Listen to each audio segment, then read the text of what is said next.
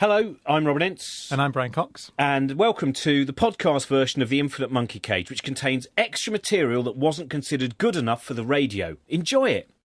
Hello, I'm Robin Ince. And I'm Brian Cox. And we are at the Edinburgh Fringe Festival, a month where the Edinburgh Zoo expands its boundaries across the whole of the city. A comedian in every possible cage, a dance troupe in every possible aviary, and angry packs of Shakespeareans roaming the parks. Do not feed the Stephen Burkoffs. He's snappy. Also, as well as being a home to nervous, weepy and drunk performers, it is the birthplace of David Hume, one of the world's great philosophers and empiricists, and today, much to Brian's annoyance, there is a possibility we will stray from science into philosophy. Yes, today's show... Today's show was inspired by a letter from a listener. This was from Jago Tremaine, and he wrote, or asked us, whether there might be a genetic basis for narrow-minded intolerance, and if so, whether a cure might be found. So, to paraphrase basically what he said, what he was asking is irrationality genetic? The idiots are cocksure, but the intelligent are full of doubt. That's what Bertrand Russell probably said, or G.K. Chesterton, or Kurt Vonnegut. It's normally one of those three. Can we blame all we are merely on the shortfalls of our own genes? Don't blame me, it's my base pairs. Your Honour, I would like to take into account my client's genetic code. Well, we have a panel to tackle this ethical and scientific quandary, and they are... My name's Stuart Ritchie. I'm a research fellow in the psychology department at the University of Edinburgh, and my most irrational belief is that in the year 2014, it's still worthwhile listening to Morrissey.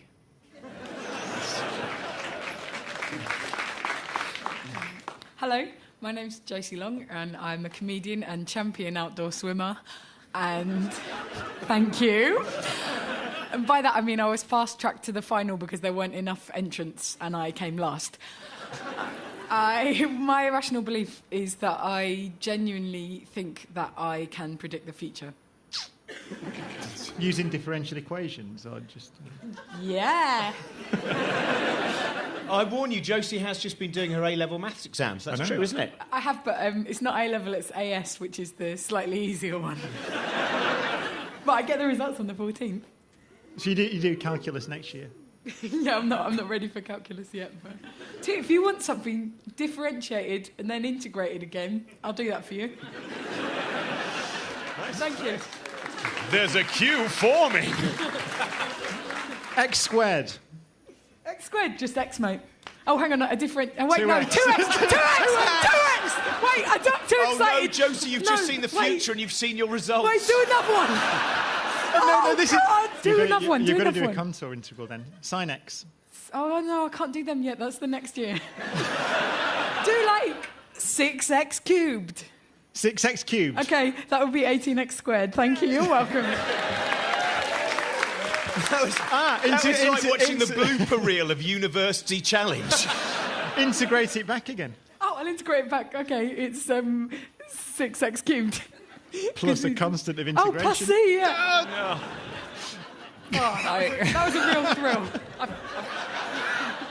I've no idea what's going on. I'm Richard Wiseman, psychologist from University of Hertfordshire, and my irrational belief is that I'm totally rational. My name is Paul Foot. I am Professor of Horse Physics at the university.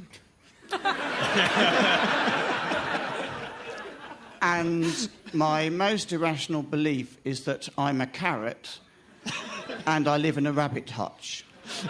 I live in almost constant fear. And this is our panel.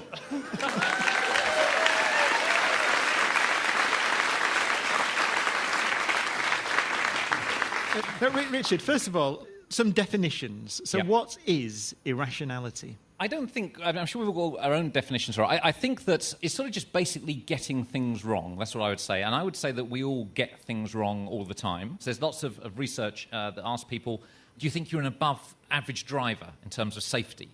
And about 80-90% of people go, yes, that's me. Have you got an above-average sense of humour? That goes up to 99% of people. So we hold on to these things. For example, if you support a football team and they win, then it's, we won. If they lose, then it's they lost. You distance yourself.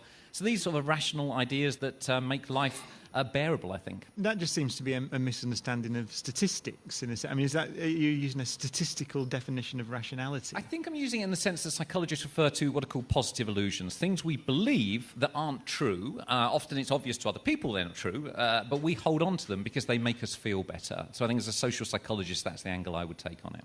So, Stuart, do you think, as a scientist, is there a point where you think, now I'm using my rationality, but at times there is a level of kind of gut instinct of things which are perhaps not, at the forefront of your mind, where that is required, that if we were merely rational, I mean, there's experiments that have been done with people who, for instance, no longer experience emotion, and they find it a lot harder to make decisions. Yeah, absolutely. We take into account all this information when we're making decisions. And as Richard said, we're often extremely poor at understanding statistics. So, yes, but as a scientist, there certainly are moments of gut instinct. But I would, I do research into intelligence, I would emphasize the importance of high intelligence as well for real scientific breakthroughs and scientific achievements. You get very few very, very high-performing, sort of Nobel Prize-winning super scientists who are not way up the high end of the bell curve of intelligence. How do you define intelligence? You're scoring an intelligence test. And just very briefly, what would that entail? So there are different tests you can do. So you can take a vocabulary test, and then you can take a reasoning test, a sort of puzzle, pattern-based reasoning test, a test where you have to simply move your finger off a button quickly when a light goes on, and tests where you have to do reading comprehension and so on. And the big finding of psychology in the past century, the biggest, most replicable, well-attested finding is that if you're good at one of those things, you tend to be good at them all. And you can extract, so all those tests will correlate positively together. So it's not just an education test then, because reading comprehension, for example. Reading comprehension is one thing, so you have verbal and non-verbal things, but as I say, even just how quickly you can take your finger off a button, how quickly you can notice the difference between a shape that's shown to you, you have to decide whether it's one shape or another, that's shown to you extremely quickly, that will correlate with your performance on a vocabulary test, with your performance on a reasoning test and so on. And you can extract this general factor, which is called the general factor of intelligence, G we call it, and that is a great predictor of education, occupation, health, loads of stuff like that. Can I ask something? Because I genuinely have sort of been developing a little belief recently that people who move faster, like their education must be a little bit about how fast your brain works and not other things. That's exactly in line with the scientific evidence, yeah. That's so good, because to my mind, I like to walk really fast.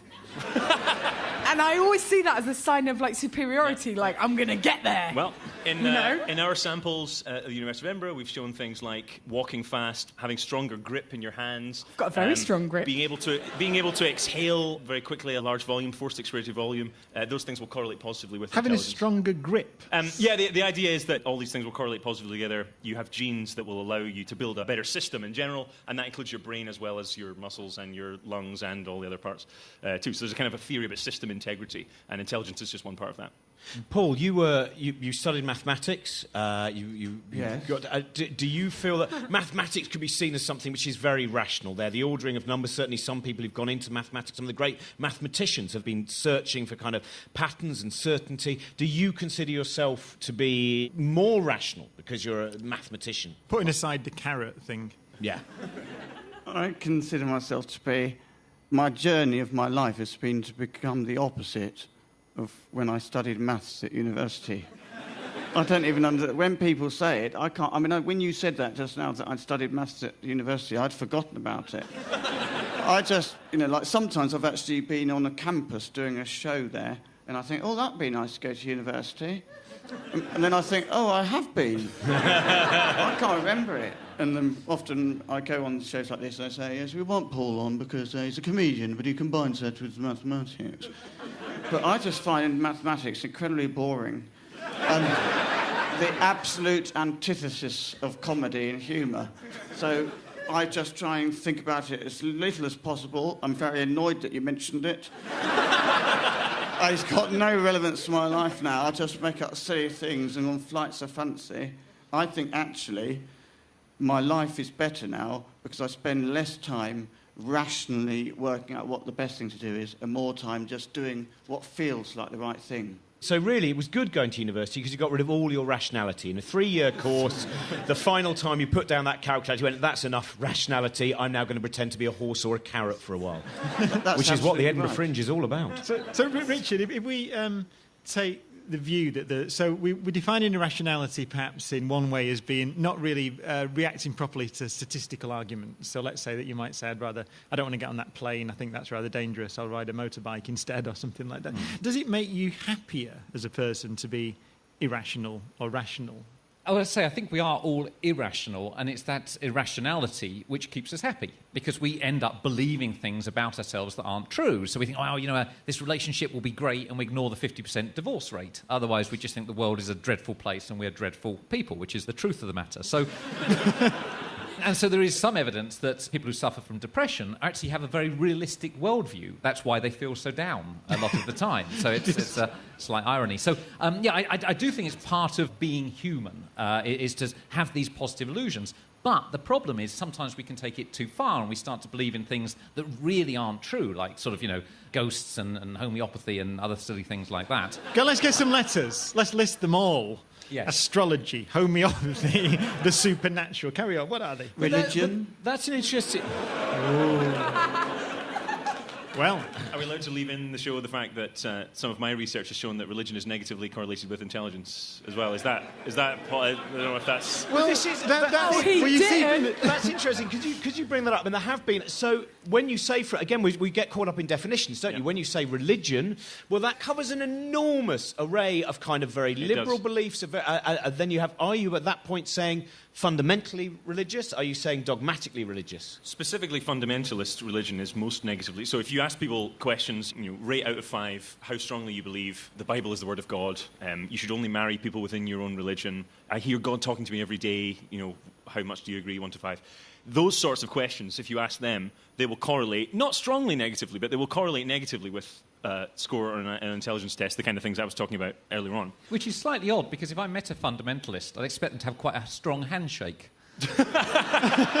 There may be exceptions. There may be exceptions to the matrix of correlations that we're talking about here. But yeah. But is that just true of any dogmatic belief in anything? So are we unfair singling out religion? Is it just not being able to see many different sides of arguments? Yeah, no, I think we absolutely are. There's evidence showing that people with higher intelligence test scores will be, for instance, more socially liberal, so less racist, for instance. So if you ask them, you ask people a questionnaire about, I think people from different races should be allowed to, marry each other and things like that, and apparently that's still controversial in some areas. But intelligence will correlate negatively with people being more racist on those scales. It'll correlate positively with people believing in gender equality and, people should be paid equal money for equal work, etc., etc. These are not massive correlations. We're not talking that, every racist is really stupid or whatever. Sorry, if there's any racists in the audience, I don't want to be, offending you at all. But the general point is... So one explanation is that there's an intelligence allows you more abstract thinking skills that allow you to put yourself in other people's shoes and allow you to think from their perspective. One thing I should say, it's all very nice, less racist, more equal, etc. More intelligent people are also more economically liberal as well as socially liberal. So essentially, more intelligent people tend to be libertarians. And I know that they believe that they are the most intelligent people, so it's quite annoying that it's also true. Well, isn't that... There is that, but Josie, I wonder how you feel, because in one way you can go, oh, that's good, it turns out racists are idiots and all this kind of... But in another way, because you are a liberal, you go, well, I don't really like the idea of thinking that so much might already be, what we are and what we genetically, our potential, that so much is already ingrained, that in some ways as a liberal you want everyone to have the equal potential to kind of change and all of those. So there's a kind of clash. I think people always do down the general level of intelligence, and the way I see the world is that most people are more intelligent than you would think, and there's more talent and untapped potential and things like that. And so I definitely want to see it much more as like nurture as opposed to nature. I don't want to see it like... Well, and the evidence from behaviour genetics, which is the study of psychological traits and how much variance in those psychological traits can be explained by genes, doesn't by any means say that intelligence is 100% ingrained in your genetics before you're born. Not in any sense. But on average, about 50% of the differences between people in their intelligence level on those tests that I was talking about can be explained by genetics, and the rest is environmental. That environment, of course, tends to be what we call non-shared environment, which is not your parents, which is not things that you share with your siblings. It tends to be things that are out there in the world. We haven't actually nailed down what those things are in psychology, but we're working on it. And one of those things might, of course, just be going to school. It looks like for every year you stay in school, you gain a few IQ points, and that's not just people who are smarter staying in school for longer. There's kind of evidence from where governments have sort of made it mandatory to stay in school for longer, for everyone, and it does seem that there's a sort of causal effect of being forced to stay in school on your IQ. And what do you think about reading to kids when they're little? So there's a big problem with that kind of research in reading to kids. So you'll observe a correlation in the population that people who read more to their kids will have smarter kids. Now, is that because the reading causally affects their intelligence, the reading to them affects their intelligence, or is it because you have passed on genes for being interested in reading books to the kid who then has those genes and is interested in reading books and therefore is intelligent anyway? So there's this kind of genetic confound. You see a lot of this kind of research out there that doesn't take into account genetic differences between people. And so a lot of parenting studies and so on have this huge big problem where, well, you don't know if it's the parental behaviour or if it's the genes that the parents have passed on. And a lot of the cases, it is likely that it is the genes rather than the parental behaviour. So really the best thing to do would be to take all children away from their parents, put them with other parents for a whole generation, everyone in the country, mix it up, and then we could do proper study. Well, there are such studies, right? There are adoption studies where you look at kids who have been adopted into families and you see whether their intelligence or personality or antisocial behaviour or whatever it happens to be correlates more strongly with their adoptive parents or their biological parents. It turns out that things like intelligence tend to correlate more strongly with the biological parent than the adoptive one, which shouldn't be. I don't think it should be too depressing, and it doesn't by any means say that you shouldn't read to your kids or whatever, because obviously reading to your kids is an amazing thing to do, and it's fun and it's emotional bonding and all that sort of stuff. Great. But you shouldn't do it because you think it's raising their IQ, because there's not necessarily any evidence for that. Yeah, I just realised I'm away for 2 weeks and I won't be able to read to my son, so very quickly, congratulations, today's your day. You're off to great places. You're off and away with your brains in your head and your feet in your shoes. You can choose any direction you choose. You're on your way. Anyway, I'll read part 2 when I get back. Sorry. I was thinking also about the racism thing, because that could be genetic, it might not.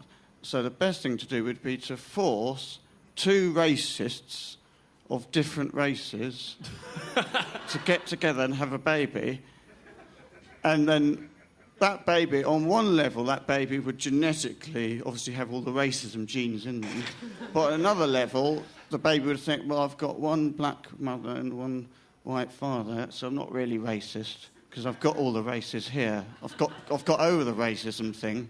So what would happen? That's like a spoken word version of the song Ebony and Ivory. It was really beautiful. Absolutely beautiful.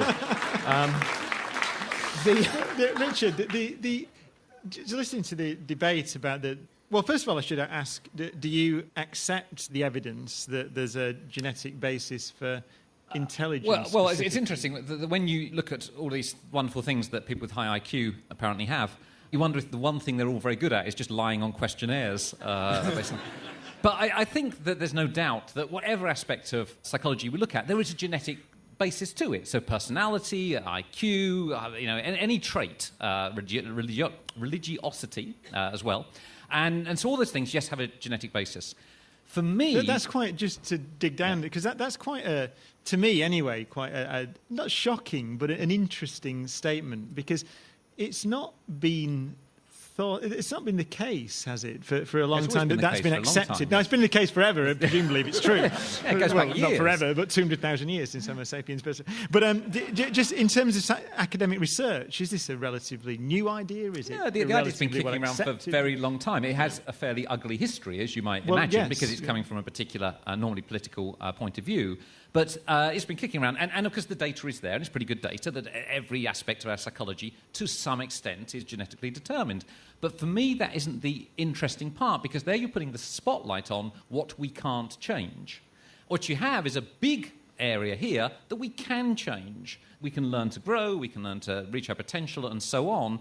And by always going on about genetics, the message, particularly to kids, actually, can be very damaging, which is that you are what you are. And there's us and there's them, and you're in this category, and that's that. And that, to me, is the damaging message. But there are a couple of good reasons to still do this kind of research and understand which things are heritable and to what extent they're heritable. So, for instance, we used to believe that autism was caused by parents there's the refrigerator mother theory, where it's caused by parents being cold to their child, and people blamed the parents for the children's autism. But we know now that autism is strongly genetically influenced from these kind of twin studies, where you look at the difference between identical and non-identical twins, and you can look at the proportion of genetic influence on traits, on autistic traits. So that's one reason to really get to the point where you can say to people, well, actually, let's stop blaming let's stop blaming teachers for not getting every kid leaving school a genius. Let's stop blaming parents for their children's problems, which are not necessarily caused by their parenting styles. So it is important to learn. And, I mean, that's not even the most important thing about twin research, because the genetic research, because, of course, the genetic research is attempting to understand the biological basis of illnesses like schizophrenia. There was a very major paper in Nature last week about schizophrenia, and they found about 100 genetic loci now that are associated with schizophrenia. And this is a long time in the future, but we may, using this genetic research, understand the biological pathways that can then be targeted by treatments for illnesses. What is interesting to me, Josie, is that this actually touches on a subject we covered in a previous Monkey Cage in this series about knowledge and whether it's always a good thing. So you have the maximum amount of knowledge. The more knowledge you have, the better, which is what the suggestion is here.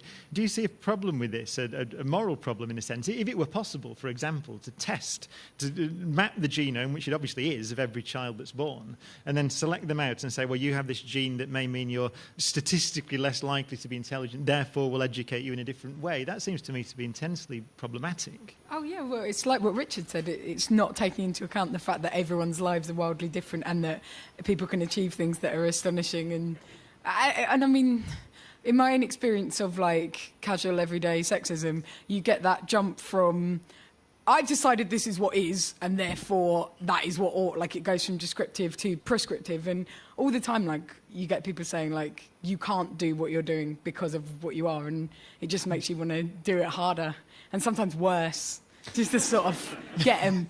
No, I think it's wildly dangerous to think about limiting people in advance on the basis of things, no matter how accurate they are. But who says it's about limiting people in advance? For instance, well, sure.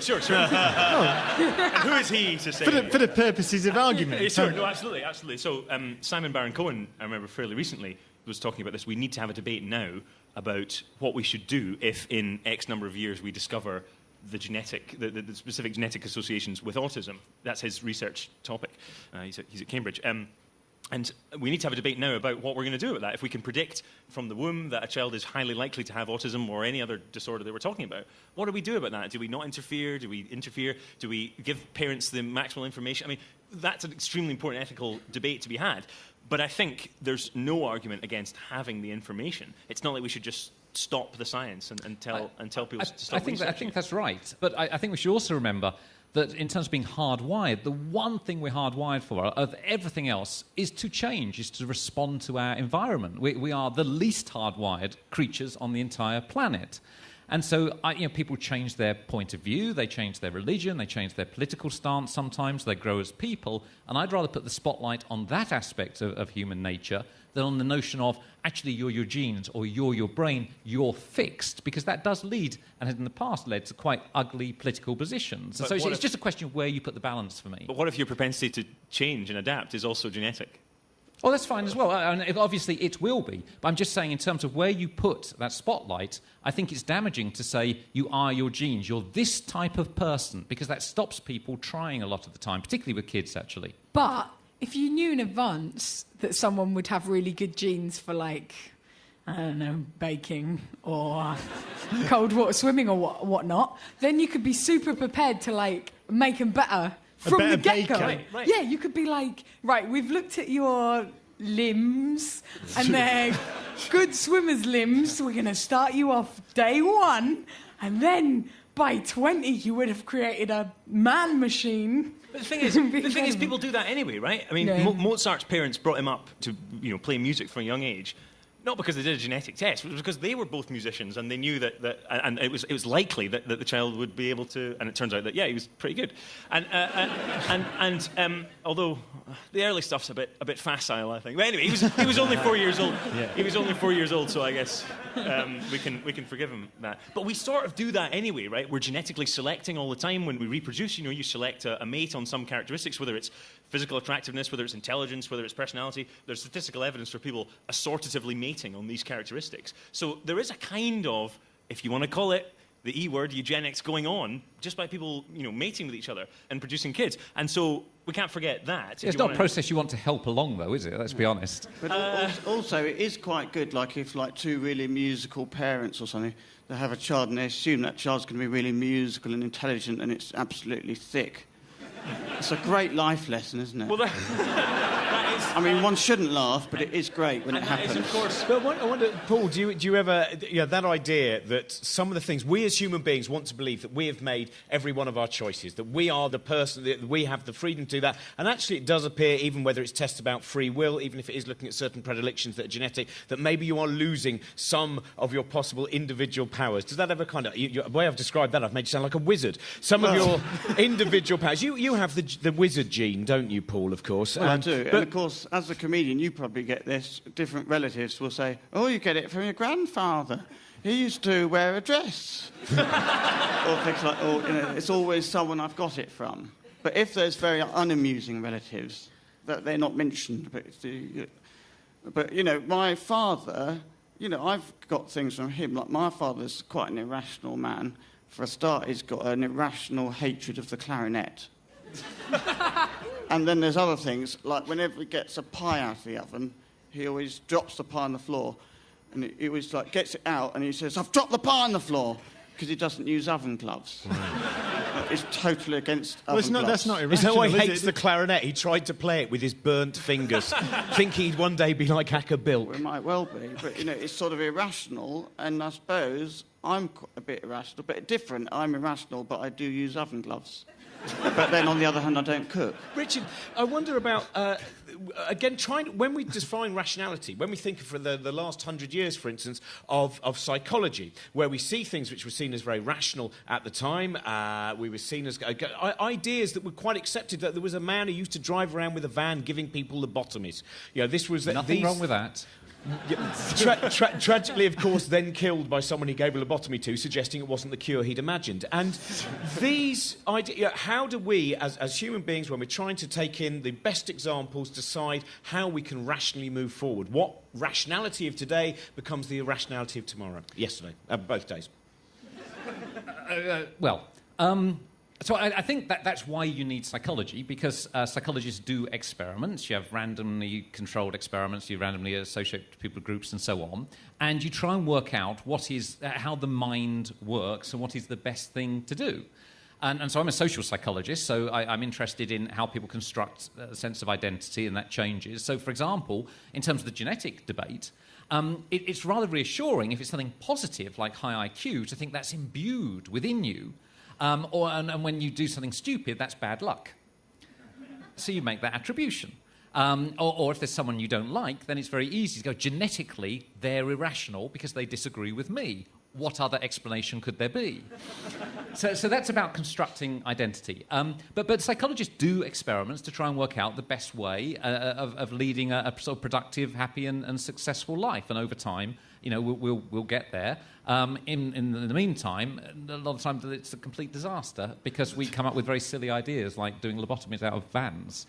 The idea that, if we look back through history, I mean, we're making a link between genetics and intelligence, and we're also using these words rational and irrational. It seems to me that it's self-evidently true. Let's take Scotland, England, the Western societies have got more...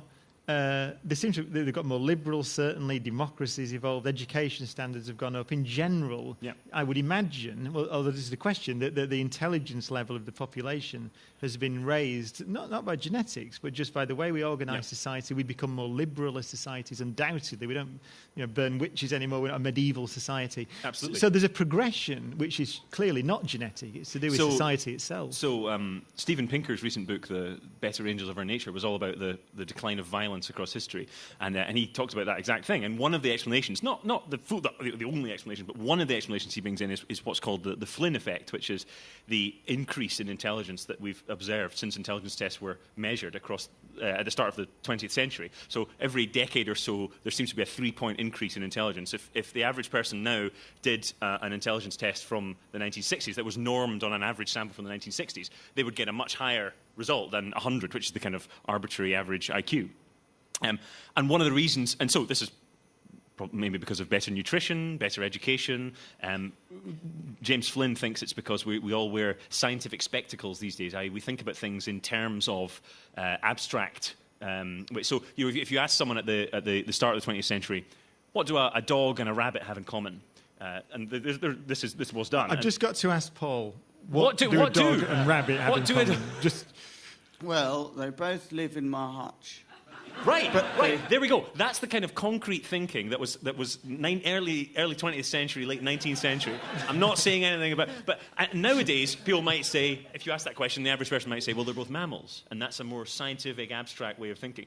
And that, you see these... They both bite, sometimes. But it's the rabbit that's a real danger, with those teeth. It loves so it's ones you don't expect. It loves the carrot. The dog sometimes just nibbles and then throws me away. I like the dog. The dog's my friend. I hate the rabbit.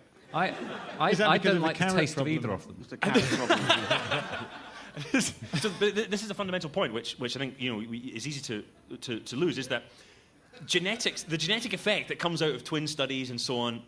And you don't even need twin studies anymore. You can look directly at the DNA to look at genetic effects on traits like intelligence. But the genetic effect is about the variance, right? So it's about that there's a sort of rank order of people, and there's variance around the mean. It's not about the mean, and you could conceivably raise everyone's mean and retain the rank order of people. And I say that's AS level statistics. Right. Yeah, exactly, I get it. Exactly, I was thinking about variance, and I was like, tell you what, I'll square root that. I'll give you standard deviation. Not a problem, mate. You can also... So the width of the distribution stays the same. Yeah, so if it was everyone in general, there was a 100 plus or minus 20, then you can go up to 110 plus or minus 20, 130. Well, the standard deviation is 15, but but 20. Yes. Yeah. I'm just trying to simplify it for the listeners. I know. I can. Is it normal distribution? Oh, I love it when you think IQ something's going is out a the normal radio, making you look like you're wrong. You get so worried. Because it's a normal distribution, so all you need is the chart, and then you just standardise it, and then you can just read it off. Absolutely. Thank you for making that a lot clearer, Josie, because I didn't have a clue what Brian was talking about. Really succinct and proper. Watch out, someone's on your It's tail. very simple, isn't it? It's just that everyone's got better. Yeah, that's right. Everyone's got better, That's all it but is. the rank order is still the same. So I don't think we should worry about, because intelligence there's a genetic effect on the differences in intelligence, that some people are geniuses and some people are not geniuses. We shouldn't worry about it being immutable. We should maybe resign ourselves to the fact that we're not going to be able to equalize everyone. And I think there are still some people who think that people are blank slates and they're born, with that we can equalize them. And you certainly get that impression from reading a lot of stuff in the media. There is a way to make everyone equal, and that is to reduce everyone to the bottom level and find what everyone is least good at and make them do that. That is exactly but that's exactly a point that comes out of behavioural genetics. Imagine a world where I say exactly. Imagine a world where everyone is exactly the same, has exactly the same environment. They're brought up by robot parents who are exactly the same as everyone else's parents. They go to a school taught by robots and everyone. So imagine the environment is exactly the same for everyone. What's the only thing that can vary there? It's their genes. So actually, in a world where everyone had a great environment, brilliant teachers, and everyone was raised up to that level, the heritability of intelligence would be 100%. I.e., the only thing that would vary is intelligence. You look like this is your recipe for utopia. It is so simple to study. That a high heritability of intelligence can actually be viewed as an index of social meritocracy almost, so that everyone's doing, that you're doing quite well, a social equality index. That if in places where education is very poor, you'll find actually lower heritabilities because people aren't being allowed to reach their genetic potential. And so the heritability is almost an indicator of how well you're doing the environment, which is quite nice. Josie, would you agree with Stuart that perhaps the main problem of society is the lack of sentient robots? I know, he was like, robot teacher. I was like, I'm in. Robot parents, yes, please. It'd be great. Well, we're arguably sentient robots. Oh, hang on. Well, not even arguably, actually. I'm a universal Turing machine, and I'm proud of it. So is he. That is so going to be sampled, There's a isn't it, by mathematician. Damon Albarn. Yeah. Josie, you're someone who's campaigned for kind of opportunities for everyone for levels of equality and in arts and in many and education.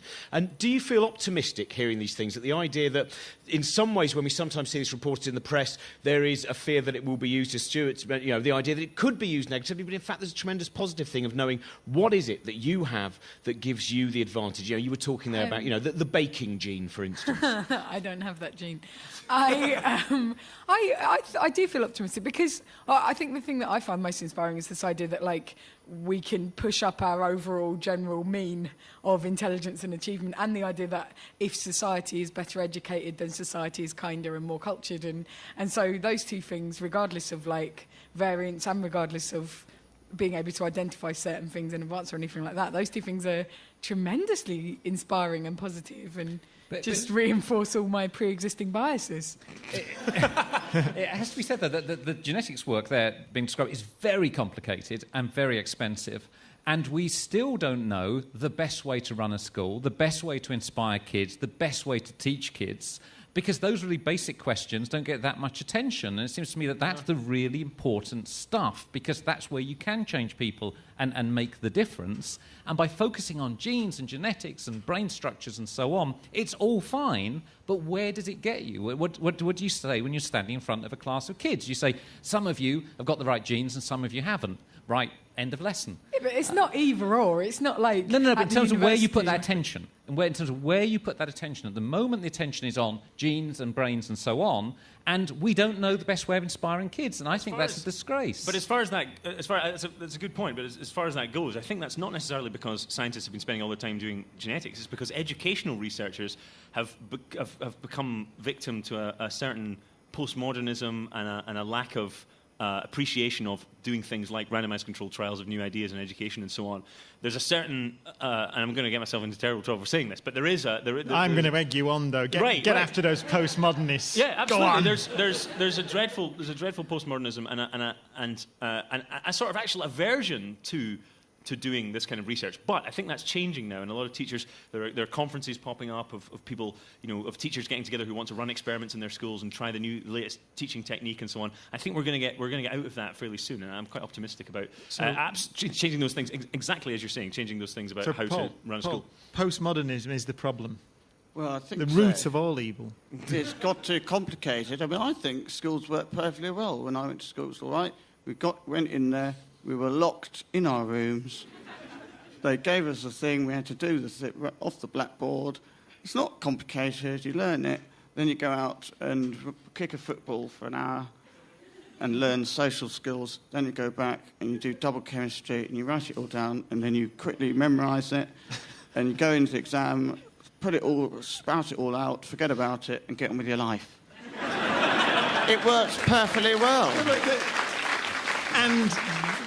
Richard, again, the ideas of genetics, the idea of society, that you do a lot of tests where you confront people that perhaps they don't have the knowledge or the abilities they have. And that even if we do find ways of going, we can make you more rational. I mean, for instance, you did a test, I believe, with wine tasting. We had some wine experts, and they really knew their wine. And then you basically revealed that sometimes the one they went, well, this is a £500 bottle. You went, no, it's £4. It's round the corner. But did they leave going, thank you very much, Professor Wiseman, I've learned? Or were they a little bit aggressive? They went into what I would refer to as a state of denial, and then they criticised the test. I mean, I've tested lots of psychics and mediums over time, and it's always the same. They always fail, which is ironic for those that can predict the future. So, and I live for the day when even one of them would go, oh, it turns out I'm not psychic, thank you very much, I'll get on with my life. But they don't. So they start to criticise the test, and then they'll criticise me, and then it all gets very personal. And it was Exactly the same with the wine testers, the wine experts. We gave them a bottle of wine which is about £1.99, and as you say, many of them, oh my goodness, I would pay hundreds of pounds for this. And then we lifted the tube, and they went, oh my goodness, I'm leaving now.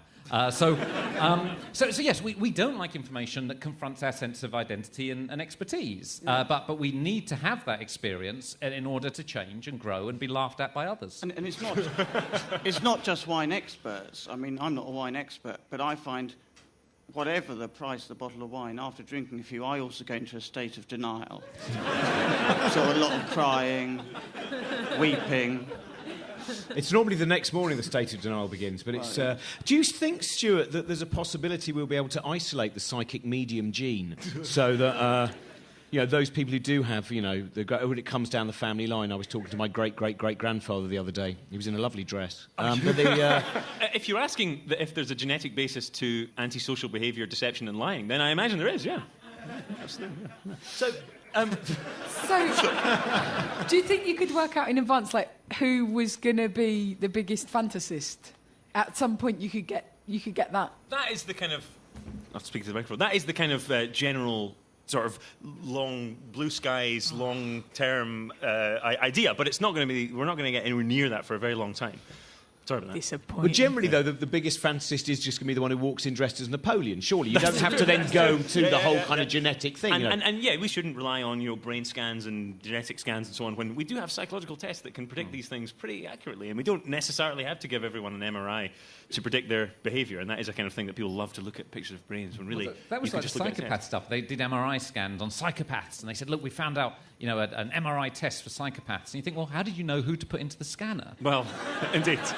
How do you, Josie, I just want to know, when you are trying to, collating kind of arguments on ideas, do you have a system of thinking, I think I can trust these people, I don't think I can trust it? Who are, again, this is always the problem when we're trying to be rational, is who do we trust to be the rational people? Yeah, I do think it's hard, especially when it comes to things that I am never going to be an expert on, but I do care about. I do find I'll try and have a pool of people that I consider to be reliable, and I try to read their stuff as critically as possible. They've got that. They're called scientists.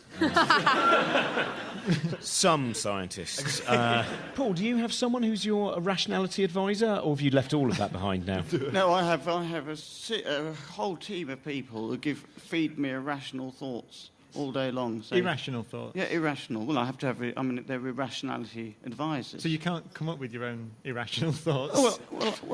Well, yes, I can, but obviously I can, but it's... So the rational thing, therefore, would be not to employ a team of people to give me irrational advice. In fact... Having a team of people to give me irrational advice was one of my first irrational thoughts. And in fact, I'm going to sack them next week, which is the only rational thing I've done in years. So, we asked our audience a question as well, just to find out, to use their hive mind and see what they thought was their most irrational belief. And... that we actually live in the stomach of a giant named George. I don't actually think this is true, but it helps me get to sleep. Absolute nutter. Absolute nutter. To think things like that. I think these are all from your irrational panel, actually. I think they're all in the front row. Well, no, this is... I was getting very annoyed about this, and then I worked out, I just understood grammar for a minute. Because the question is, what do you think is your most irrational belief? And the answer was, there's no such thing as physics, there's only smoke and mirrors. But that's irrational. Yeah. So it's a negative of that. That's what I like about you. You're always learning words on this show. Very good. That my cat cares about me. That's definitely a rationalist, isn't it? Because that's the sadness of that one, isn't it? This is unfortunate. This is from Dr. Alex Thomas. It's that people care about my research. What's your research? Where is... That's Alex Thomas. Alex. Isotope geochemistry. No, you're right. Thank you very much to our panel, Richard Wiseman, Stuart Ritchie, Josie Long and Paul Foote. This is the end of the series. We'll be back for a Christmas special and a new series in the new year. Thank you very much for listening, and goodbye. In the infinite monkey cage, without your trouser, in the infinite monkey cage. Feel now nice again. That was the Infinite Monkey Cage podcast. I hope you enjoyed it. Did you spot the 15 minutes that was cut out for radio? Anyway, there's a competition in itself. What, you think it should be more than 15 minutes? Shut up, it's your fault. You downloaded it. Anyway, there's other scientific programmes also that you can listen to. Yeah, there's that one with Jimmy Alka-Seltzer. Life Scientific. There's Adam Rutherford, his dad discovered the atomic nucleus. That's Inside Science, All in the Mind with Claudia Hammond. Richard Hammond's sister. Richard Hammond's sister, thank you very much, Brian. And also Frontiers, a selection of science documentaries on many, many different subjects. These are some of the science programmes that you can listen to. Using differential equations or just... Yeah. I warn you, Josie has just been doing her A-level maths exams. That's true, isn't it? I have, but it's not A-level, it's AS, which is the slightly easier one. But I get the results on the 14th. So you do calculus next year? Yeah, I'm not ready for calculus yet. But if you want something differentiated and then integrated again, I'll do that for you. Thank you. There's a queue forming. X squared. X squared, just X, mate. Oh, hang on, a different... Oh, wait, 2X. no, 2X! 2X! Wait, I'm too Oh, excited. no, Josie, you've just seen the future and you've seen your results. Wait, do another one. No, this God, is... do another one, You've got to another do a one. contour integral then. Sin X. Oh, no, I can't do them yet. That's the next year. Do, like, 6x cubed. 6x cubed. OK, that would be 18x squared. Thank you. You're welcome.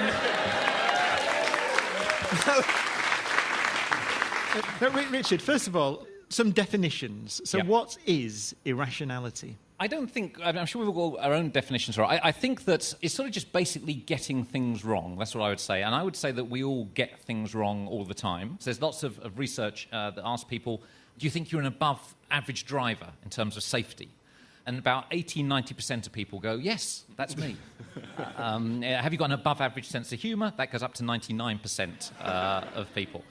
So we hold on to these things. For example, if you support a football team and they win, then it's, we won. If they lose, then it's they lost. You distance yourself. So these sort of rational ideas that make life bearable, I think. That just seems to be a misunderstanding of statistics. I mean, are you using a statistical definition of rationality? I think I'm using it in the sense that psychologists refer to what are called positive illusions, things we believe that aren't true. Often it's obvious to other people they're not true, but we hold on to them because they make us feel better. So I think as a social psychologist, that's the angle I would take on it. To paraphrase basically what he said, what he was asking is irrationality genetic? The idiots are cocksure, but the intelligent are full of doubt. That's what Bertrand Russell probably said, or G.K. Chesterton or Kurt Vonnegut. It's normally one of those three. Can we blame all we are merely on the shortfalls of our own genes? Don't blame me, it's my base pairs. Your Honour, I would like to take into account my client's genetic code. Well, we have a panel to tackle this ethical and scientific quandary, and they are... My name's Stuart Ritchie. I'm a research fellow in the psychology department at the University of Edinburgh. And my most irrational belief is that in the year 2014, it's still worthwhile listening to Morrissey.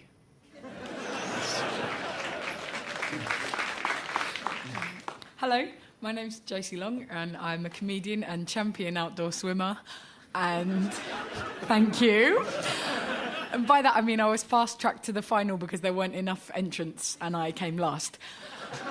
My irrational belief is that I genuinely think that I can predict the future. It's like watching the blooper reel of University Challenge. Integrate it back again. Oh, I'll integrate it back. OK, it's 6x cubed. Plus a constant of integration. Oh, plus C, yeah. That was a real thrill. I have no idea what's going on. I'm Richard Wiseman, psychologist from University of Hertfordshire, and my irrational belief is that I'm totally rational. My name is Paul Foote. I am Professor of Horse Physics at the university. And my most irrational belief is that I'm a carrot and I live in a rabbit hutch. I live in almost constant fear. And this is our panel.